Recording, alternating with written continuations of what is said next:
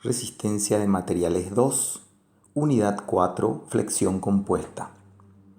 Vamos a ver ahora el problema número 2, que dice: la viga se trata de una viga simplemente apoyada y que está cargada de una manera particular. El enunciado específicamente dice: sabiendo que la tensión admisible es igual a 120 kilos por centímetro cuadrado, calcular el Q máximo, se refiere a la carga distribuida que resiste la estructura, y con dicho valor calculado, determinar la flecha máxima y la posición de la línea neutra. También es conocido el módulo de Young. Antes de proseguir, vamos a hacer una serie de consideraciones con respecto a este enunciado. En primer lugar, al indicarnos que la tensión admisible es de 120 kilos por centímetro cuadrado, no nos está diciendo si es a la compresión o si es a la tracción, en cuyo caso se supone que la tensión admisible es la misma tanto a la compresión como a la tracción. Esto es un típico comportamiento de algunos materiales como el acero. Respecto de lo que nos pide calcular, esto es, imagínense, por ejemplo, puede ser un techo, un techo de una vivienda en la cual tenemos una viga que está apoyada puede ser en los bordes, en los bordes de las paredes, y está formando en la dirección del eje principal está formando un ángulo de 16 grados con la vertical. También esta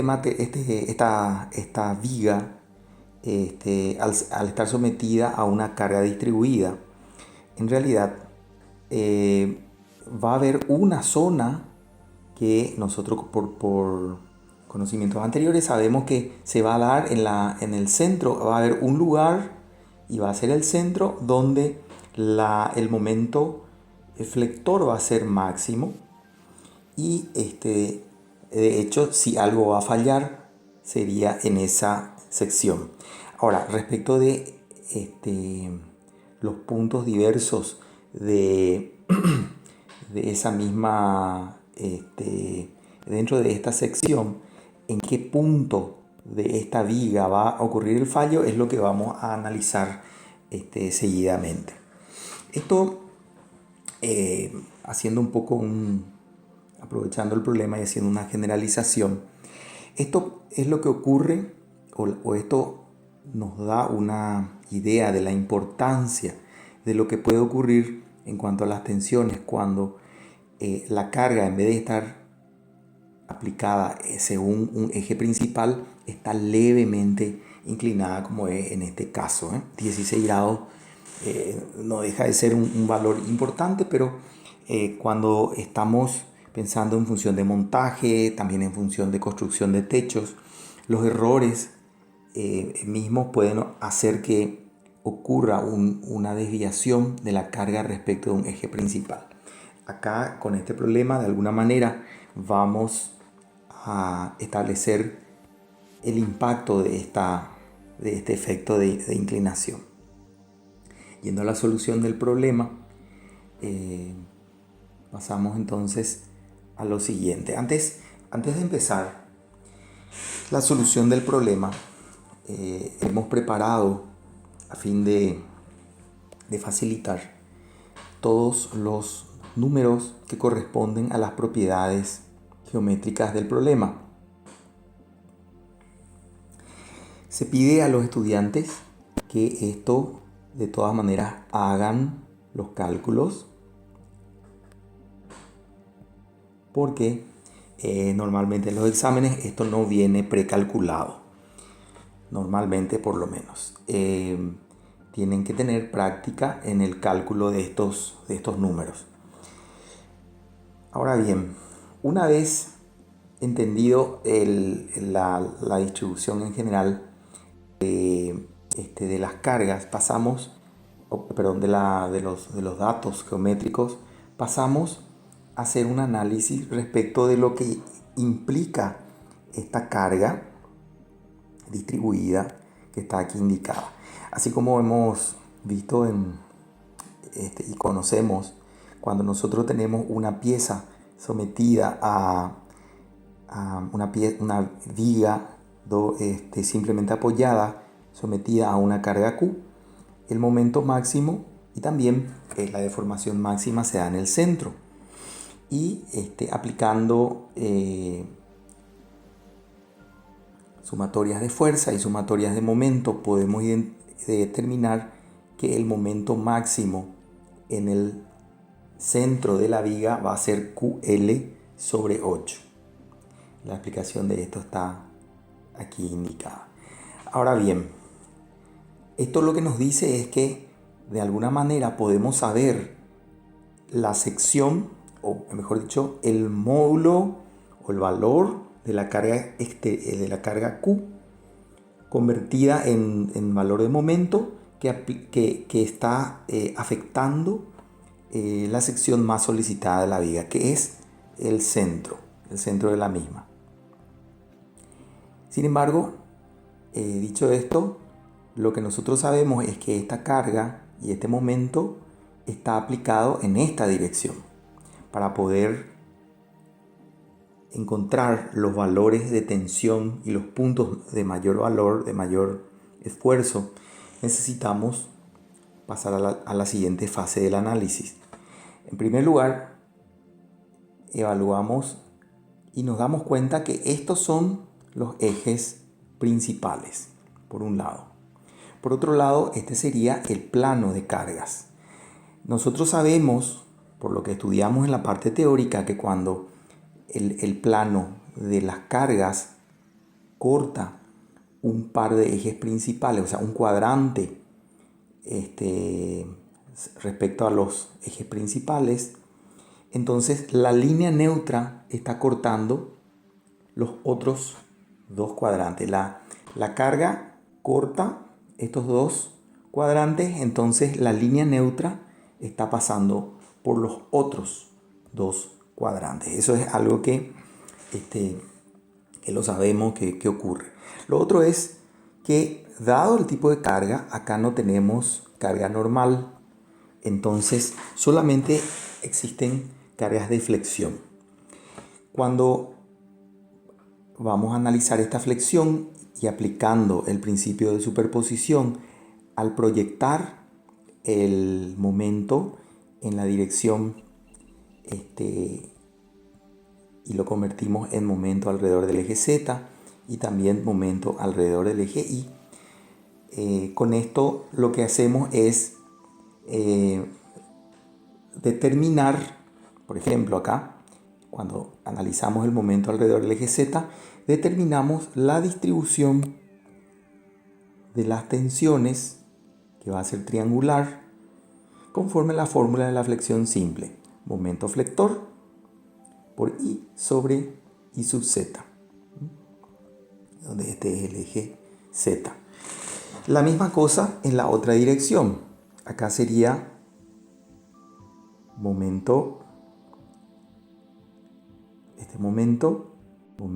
en la dirección I por Z sobre I sub I. La inercia respecto de este eje.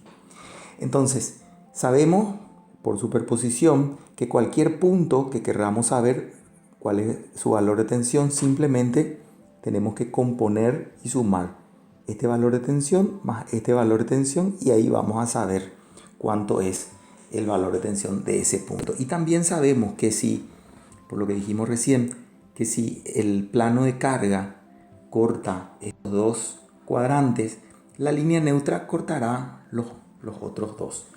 En otras palabras, los puntos más alejados de la línea neutra serían estos dos vértices, potencialmente estos dos vértices. Por lo tanto, para poder nosotros calcular los valores de máxima solicitación, lo tenemos que hacer según el punto A y el punto B aquí indicados. Para lo cual simplemente tenemos que sumar los efectos de esta compresión debido a la flexión alrededor del eje Y más la compresión respecto del eje Z debido al momento alrededor del eje Z, que viene dado por esta componente que está aquí. Entonces, este valor más este valor componen la tensión en el punto A. De igual forma, este valor más este valor compone la tensión en el punto B. Por lo tanto, lo único que falta hacer acá es determinar exactamente todos estos componentes, tanto en A como en B.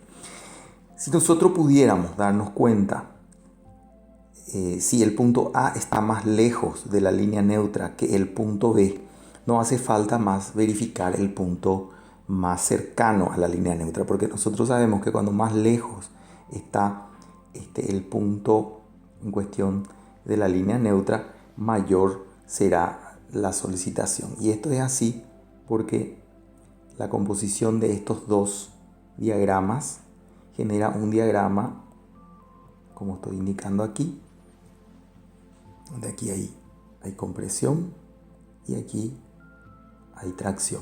Entonces, cuando más lejos estamos de la posición de la línea neutra, mayor valor de tensión vamos a encontrar en la pieza. Entonces, como en este caso no sabemos exactamente cómo es, podríamos hacer algunas estimaciones, pero podemos también sencillamente calcular en los dos puntos y ver cómo están los valores. Antes de seguir, vamos a hacer también otra cosa importante acá. Una de las preguntas del problema es saber la posición de la línea neutra. La posición de la línea neutra se puede determinar aplicando la siguiente fórmula, que ya la vimos también en la parte teórica, y no es otra cosa que construir el valor de la tensión debido a la suma de las flexiones en las dos direcciones e igualar eso a cero. Cuando habíamos hecho esto en la parte teórica, hemos encontrado esta ecuación. Y dentro de esta ecuación, todos los elementos de esta ecuación son conocidos. Por ejemplo, este ángulo beta y este ángulo alfa, que es el correspondiente que es dato del problema. Por lo tanto, conocido esto, se puede saber que la inclinación beta, o sea, la posición de la línea neutra, es directamente 45 grados 23 minutos. Bien, esto obedece a una de las preguntas que tenemos en el problema. Ahora, para poder determinar el valor de Q máximo, nosotros tenemos que básicamente comprobar lo que pasa en el punto A y también lo que pasa en el punto B. Así como hemos visto, esto va a consistir simplemente en proyectar el valor del momento, que no es otra cosa que este momento máximo, que es QL cuadrado sobre 8, que es lo que dedujimos un poquito más abajo, y está aquí también, proyectado en la dirección vertical y en la dirección horizontal. O sea, esto nos permite saber los momentos en Y y en Z que hemos estado hablando hace un rato. Entonces, cuando pasamos a analizar el punto A, resumiendo lo que hemos estado explicando anteriormente, la forma en que vamos a calcular las tensiones en A y en B están indicadas aquí. En ese sentido, para calcular primero la tensión en A, lo que hacemos es calculamos la tensión provocada por la flexión alrededor del eje Z, y en A justamente se da por este valor que está expresada por esta parte de la ecuación. Asimismo, en la dirección alrededor del eje Y la tensión en A está dado por este valor máximo expresada por esta parte de la ecuación. Esto tiene que ser menor o igual a 120, que es la tensión admisible a la compresión. Entonces, calculando, nos obtenemos el primer valor de Q. De la misma manera, se procede en el punto E. En el punto E, lo que estamos haciendo es aplicar la ecuación, haciendo la composición de esta tensión, que está dada por esta parte de la ecuación, y esta tensión, que está dada por esta parte de la ecuación. Entonces, fíjense que aquí tenemos el valor de 5, que es igual a este segmento, y tenemos el valor de 21, que es también la coordenada del punto B. Finalmente, se puede ver que el resultado es muy parecido, en este caso por una casualidad, al hacer menor o igual a 120, que es la tensión admisible también a la atracción, nos da un valor de 8,1. Obviamente que nosotros vamos a elegir el menor valor, que es, en este caso, sale en el punto A.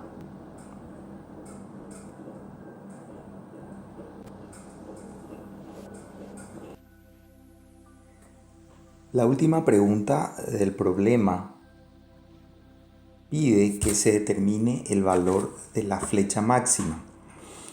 Para calcular el valor de la flecha máxima, el proceso es exactamente el mismo.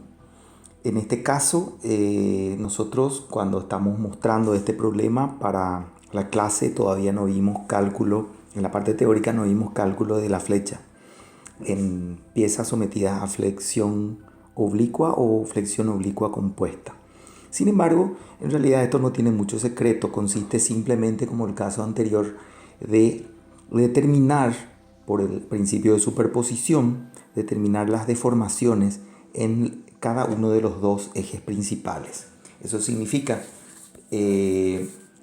calculamos la deformación como si fuera que solamente están aplicadas las cargas en la dirección principal, según la dirección y determinamos un valor de deformación que le podemos llamar delta z, y después hacemos lo mismo cuando todas las cargas aplicamos según la dirección z. Acá volvemos a calcular una deformación y componemos vectorialmente estos dos valores de deformación. Eso es lo que se va a hacer aquí, para lo cual se aplica la técnica que hemos aprendido en resistencia de materiales 1. O sea, en este caso, acá estamos aplicando el teorema de Moore para la determinación de la flecha o la deflexión de la viga, y que consiste en observando si esto fuera la línea elástica, se traza una tangente por este punto, y la desviación tangencial, o sea, en este caso delta, de aquí, por EI, es el momento estático del diagrama de momentos flector entre este punto y este punto respecto de C. Y eso es lo que se construye básicamente en esta parte del ejercicio hasta llegar a esta fórmula, que también es de alguna manera conocida para este caso particular de donde tenemos una carga distribuida. O sea, 5 sobre 384 QL cuarta sobre EI. Ahora, como nosotros necesitamos calcular en I y en Z, proyectamos la carga según el coseno y según el seno, obtenemos dos valores de deformación, y con estos valores de deformación componemos vectorialmente, y este sería el valor final de la deformación máxima. Aquí también se sugiere un método alternativo, que dejamos propuesto para los alumnos y que consiste en hacer el mismo procedimiento, pero calculando la inercia respecto de la línea neutra. O sea, si nosotros calculamos directamente la inercia respecto de la línea neutra y aplicamos la ecuación que vimos recién, 5 sobre 384 QL cuarta sobre EI, donde la inercia es esta, nos va a dar directamente en la dirección perpendicular, que es donde ocurre la deformación, nos va a dar la deformación total. Esto es un poco lo que se demuestra en esta parte del ejercicio, donde se indica que tanto por el método 1 como por el método 2 se llega a la misma información.